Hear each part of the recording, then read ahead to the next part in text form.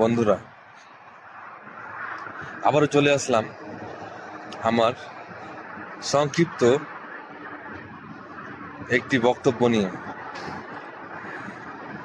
আমি যেটা বলতে চাই সেটা হচ্ছে, মাননীয় প্রধানমন্ত্রী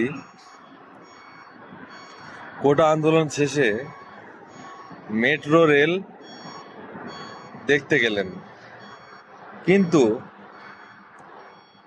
চরমভাবে নির্যাতন চালানো, নির্মমভাবে হত্যা করা সেই পরিবার বা আহত সেই মানুষগুলোকে দেখতে গেলেন না হসপিটালে।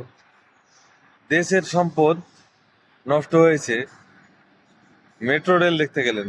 মেট্রো রেল যদি দেশের সম্পদ হয়, তাহলে আমাদের তরুণ শিক্ষার্থীরা ভিডিওটি সম্পূর্ণ দেখতে চাইলে চ্যানেলে গিয়ে ঘুরে আসুন। চ্যানেলে সম্পূর্ণ ভিডিওটি দেওয়া।